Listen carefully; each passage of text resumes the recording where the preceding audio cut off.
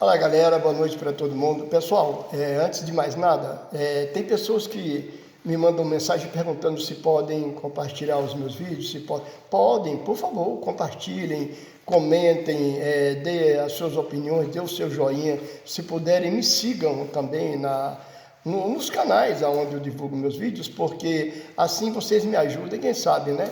Eu chego ao ponto de ser monetizado, porque até por enquanto não. E eu estou vestido assim, porque eu estava, às vezes eu tenho vontade de dançar, então eu venho para cá e ponho alguns pontos aqui, algumas músicas e danço, enfim, é bom para desestressar, né? Então, pessoal, às vezes também me perguntam se eu sempre fui espírita. Então, até os meus 14 anos, era meio estranho para mim, porque com 14 anos, meu pai se mudou para, no caso, a gente morava em um setor de chácara, mudou para Ceilândia, onde eu cresci ali, passei a minha adolescência, mas eu fui criado em Brasília. Então, lá eu conheci uma senhora que, aí sim, ela era espírita e eu conversava com ela algumas coisas e ela começou a me esclarecer para que eu entendesse os fenômenos espirituais que aconteciam em minha volta e eu meio que ficava sem entender, claro. As pessoas preferiam me chamar, esse menino é esquisito, é estranho, mas assim, até eu conheci essa senhora que me esclareceu muitas coisas, mas eu sempre fui espírita.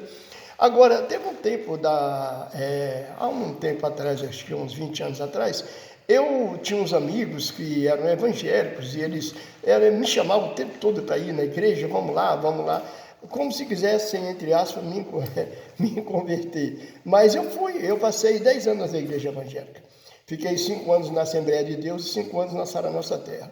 Mas eu não fui ali para me converter, para aceitar Jesus, como eles falam. Apesar de que as pessoas acham que só é cristão quem é evangélico. Não, eu sou cristão, eu acredito em Jesus Cristo, acredito em Deus, enfim. Então, assim, eu passei 10 anos ali, e nesse tempo que eu fiquei ali, eu vi muitas ironias, muitas hipocrisias, literalmente, porque eu conheci muitos pastores, mas, infelizmente, mais de 90% daqueles que se dizem pastores eram todos estelionatários da fé, pessoas que ficam ali conversando, literalmente, os fariseus, conversando balela ali para a plateia, entendeu? E conversando e falando, tem uns que choram, tem uns que se emocionam, mas tudo mentira. A maioria deles estão ali em busca de dinheiro, vendendo, literalmente, são estelionatários da fé, ali vendendo a palavra de Deus, como a gente vê isso hoje nas redes sociais, o que a gente mais vê são esses estelionatários da fé, travestido de pastores para enganar as pessoas e ali enriquecerem, como tem muitos milionários aí, bilionários, né, à custa da ingenuidade das pessoas, as pessoas humildes, pessoas pobres que enriquecem essas criaturas e até idolatram essas criaturas, infelizmente. Mas eu não fui ali para ir, eu fui ali para ver como realmente era. E nesse tempo foi bom para que eu presenciasse ali muita hipocrisia e também muitas contradições. Preste atenção, eu conheci muitas pessoas também que estavam ali na igreja evangélica, que se diziam que tinham passado 10 anos em um terreiro, até mais que isso, pessoas que praticamente cresceram dentro de um terreiro e depois decidiram ser evangélicos. Agora preste atenção, e também ao contrário, pessoas que viveram na igreja evangélica ali durante muito tempo, 10 anos, 15 anos, enfim, cresceram dentro, nasceram ali pessoas que nasceram em uma família evangélica, cresceram, depois viram que aquilo ali não tinha sentido e migraram para o espiritismo. Para a doutrina espírita, para alguns terreiros que ali não é o espiritismo, a Umbanda e Candomblé são outros segmentos que eles são espiritualistas, entendeu? Não tenho nada contra, absolutamente, lógico que não. Mas não é, o espiritismo é uma coisa, Umbanda e Candomblé é outra. Então essas pessoas que saíram dos terreiros e foram para a igreja evangélica, tudo aquilo que eles chamavam de santo no terreiro, na igreja evangélica eles passaram a chamar de demônio. E ao contrário também. Aqueles que cresceram dentro do segmento evangélico, aí viram, não tinha sentido aquilo para eles, não acharam sentido nenhum aquilo, passaram a não acreditar, a entender o que vinha de muitos pastores era só mentira, uma mentira atrás da outra, o interesse ali era outro. saíram dali e decidiram ir para um terreiro. Então, foi ao contrário. Tudo aquilo que dentro da igreja evangélica, desculpem, eles chamavam de demônio, no terreiro eles passaram a chamar de santo. Então, é uma contradição, é um absurdo como isso acontece, e pior que dentro desse caminho para um lado e para o outro, ali aumenta o preconceito que as pessoas já têm nos segmentos espíritas. Quando você fala, eu sou espírita, a pessoa já olha você de maneira diferente. Já vê ali você pondo uma galinha na encruzilhada, você matando um bode, como eles falam.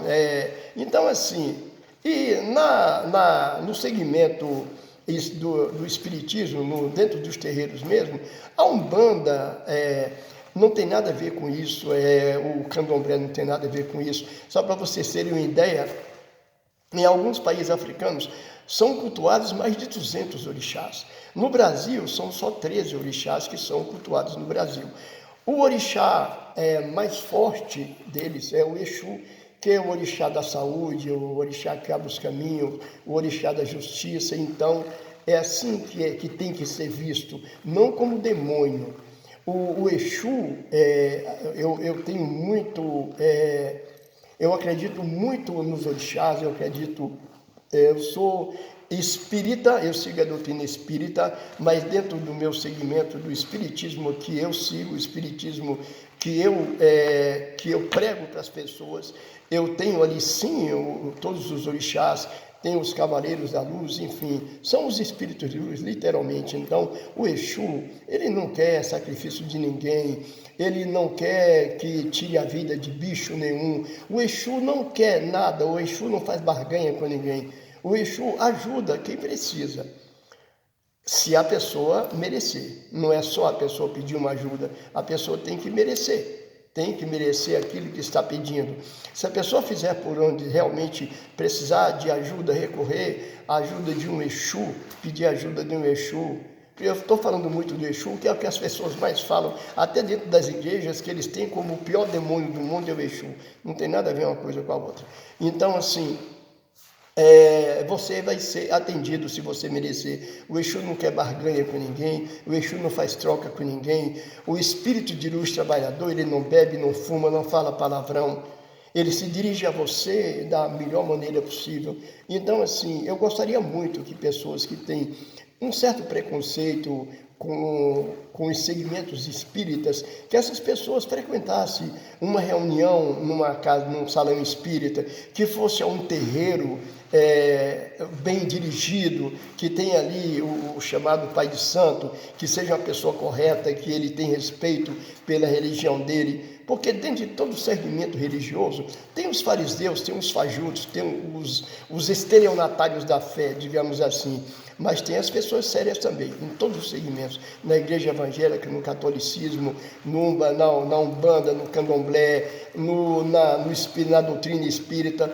Todos eles têm as pessoas sérias, infelizmente tem os fajutos. Mas é assim que é, pessoal.